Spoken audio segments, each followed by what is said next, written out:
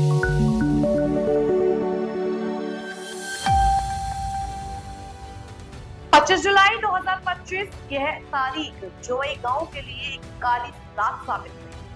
महाड़ तालुका के जोई गांव में आए भूस्खलन के भयानक भूकंप में 94 मासूमों की जान चली गई। पूरे महाराष्ट्र को झकझोर देने वाली यह त्रासदी न केवल शारीरिक बल्कि मानसिक घाव भी थी, जो आज भी गांव वालों के जहन में ताजा है। हालांकि 20 साल बीत चुके हैं, लेकिन उस दिन की यादें आज भी लोगों की आंखों में आंसू लाती। आज 25 जुलाई 2025 को गांव के नागरिक उस हृदय विदारक घटना को याद करने के लिए एकत्रित हुए। भारी बारिश के बावजूद भूस्खलन में मारे गए 94 लोगों की याद ताजा हुई और उन्हें श्रद्धांजलि दी। इस श्रद्धांजलि कार्यक्रम में गांव के कई बुजुर्ग, युवा और महिलाओं ने भाग लिया। कुछ लोग उस रात के भयावह अनुभव को बयां करते हुए अपने आंसू नहीं रोक पाए। 25 जुलै 2005 रोजी 7:45च्या दरम्यान जुई गावाची दरड कोसळून जवळजवळ 94 लोकांचे मृत्यू पडले। यामध्ये मुलं, तरुण, वृद्ध आणि गुरेढोरे हे सुद्धा या मातीमध्ये गाडले गेले। हा दिवस या जुईकरांसाठी काळाचा दिवस ठरला। ह्या गाडल्या गेल्या मातीमध्ये त्यांना बाहेर काढण्याची यंत्रणाची म्हणजे गव्हर्नमेंटने पण याच्यामध्ये एक मदत केली। खास करून जेव्हा आम्ही मुंबईवर इकडे आलो ते गावाचा अगदी परिस्थिती खूपच बिकट होती। मृतदेह काढायचे बाकी होते। मतलब ग्रामस्थांनी तेव्हा निर्णय घेतला आणि मृतदेह मृतदेह काढण्याचं थांबवलं गेलं। परंतु यातून वाचण्यासाठी काहीतरी मार्ग काढण्यासाठी आम्ही कुठेतरी एकत्र आलो, स्थानिक ग्रामस्थांनी, मुंबई मंडळ, आणि असा निर्णय घेतला की जे राहिलेली मुलं जे आहेत त्यांना काहीतरी शैक्षणिक बाबतीत ज्ञान देऊन त्यांचे काहीतरी भविष्यासाठी विचार केला जाईल। हा प्रत्येक वर्षी हा दिवस आम्ही आज काळा दिवस आम्ही साजरा करतो। परंतु यामध्ये आम्ही तो दुखवटा साजरा न करता त्यामध्ये मुलांना मार्गदर्शन करतो आणि पुढील भविष्यासाठी त्यांनी कसं राहावं, कशी शैक्षणिक पात्रता त्यांनी आपली करावी आणि आयुष्यात कसं भरारी घ्यावी या बाबतीत आम्ही त्यांना मार्गदर्शन करत असतो। शिवाय हा जुईकरांसाठी झालेला काळा दिवस आम्ही कधीच आयुष्यामध्ये विसरू शकत नाही। धन्यवाद।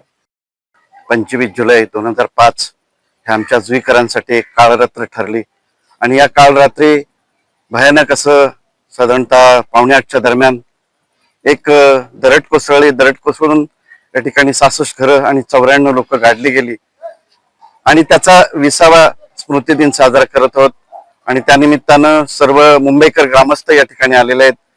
20 वर्ष कंटिन्यू या कार्यक्रमासाठी ते येत आहेत आणि आजचा त्यांचा उद्देश एकच आहे की इथल्या ग्रामस्थांचा उद्देश एक आहे की जरी आपल्या काळाने आपल्यावर एक आघात केला असता तरी त्यातून सुद्धा या लोकांचा एक उद्देश होता की गुणवत्ता वाढावी, मुलांच्या मध्ये प्रगती व्हावी, शैक्षणिक दर्जा वाढावा या उद्देशाने प्रयत्न केले जात आहेत प्रत्येक, आणि जे कोणी आजारी असतील त्यांना मदत करणं अशा तऱ्हेने उपक्रम साजरे करत आहेत, जेणेकरून ह्या इथल्या ग्रामस्थांना एक उभारी यावी, त्यांना जीवन जगण्याची कला मिळावी। यामध्ये जास्तीत जास्त 2005 ला जो काही प्रसंग घडला त्यानंतर त्यावेळेचे प्रांताधिकारी शिवाजीराव पाटील होते। त्यांनी अक्षरशः स्वतःच जे काही अधिकारी होते तरी सुद्धा एक महाड पर्यंत चालत या ठिकाणी आले। चालत येऊन एक शिपायाप्रमाणे त्यांनी काम केलं। साधा ग्रामपंचायतीचा शिपाई असतो त्या पद्धतीने काम केलं। त्यांनी स्वतःची खुर्ची सुद्धा सोडली होती। खुर्ची सोडून शिपाईच्या खुर्चीमध्ये बसून सगळं काही हँडल करण्याचं काम करत होतं आणि शिवाजीराव पाटील यांच्यामुळे जनकल्याण ट्रस्ट, लालबागचा राजा आणि हे जे काही आहेत ते या ठिकाणी आले आणि त्यांनी गावाला गाव पण देण्याचा प्रयत्न केला आणि ह्या गावाल्यांच्या वतीनं सुद्धा एक प्रकारे सुंदर वातावरण तयार व्हावं हा एक प्रयास या माध्यमातून होत आहे आणि मनामधली जी भीती आहे ती भीती नष्ट व्हावी।